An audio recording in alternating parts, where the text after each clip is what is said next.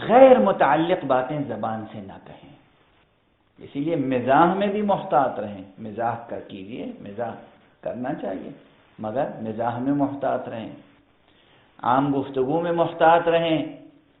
عادتوں میں بنیادی عادت یہ ہونی چاہیے جو صحیح السند اور مستفیض روایت ہے، مستفیضہ ہے، فرمایا گیا کہ من حسن اسلام المرء ترکہ ما لا یعنیہ، یہ روایت پیغمبر صلی اللہ علیہ وآلہ وسلم کی ہے، یہ جملہ آپ کا ہے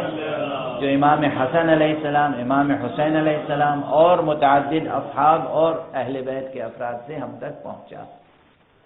من حسن اسلام المرء ترکہ ما لا یعنیہ، ایک انسان کے اسلام کا حسن یہ ہے، بہترین مسلمان ہونے کی ایک پہچان یہ ہے کہ جن باتوں سے اسے کنسرن نہ ہو اس کی طرف توجہ نہ کرے، ما لا یعنی جو چیز ہم سے مربوط نہیں ہے،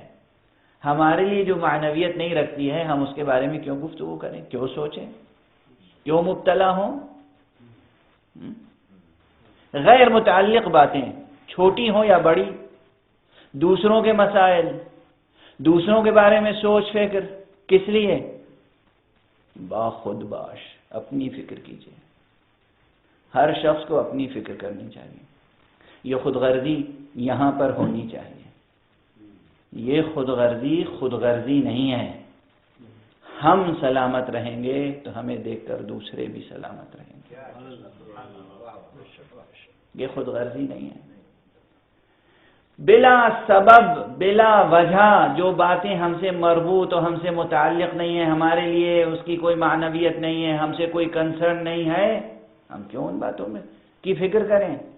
من حسن اسلام المرء، ایک فرد کے اسلام کا حسن یہ ہے،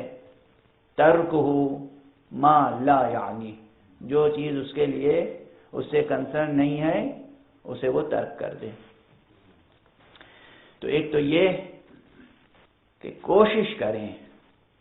کہ غیر متعلق باتیں، چاہے آپ اسے مباح سمجھتے ہیں، مباح ہے، حرام نہیں ہے، بس غیر متعلق بات ہے نا، بس یہی وجہ کافی ہے ترک کرنے کے لیے۔ سکوت، خاموشی بجائے خود ایک ریاضت ہے اور ایک عبادت۔ خاموشی، خاموش رہنا، تنہا رہنا بجائے خود عبادت ہے، تاکہ انسان آلودگیوں میں مبتلا نہ ہو، تاکہ انسان کی زبان سے کوئی ایک ایسا لفظ و کلمہ نہ نکل جائے کہ جو حق سبحانہ و تعالیٰ کو پسند نہ ہو۔ بہرحال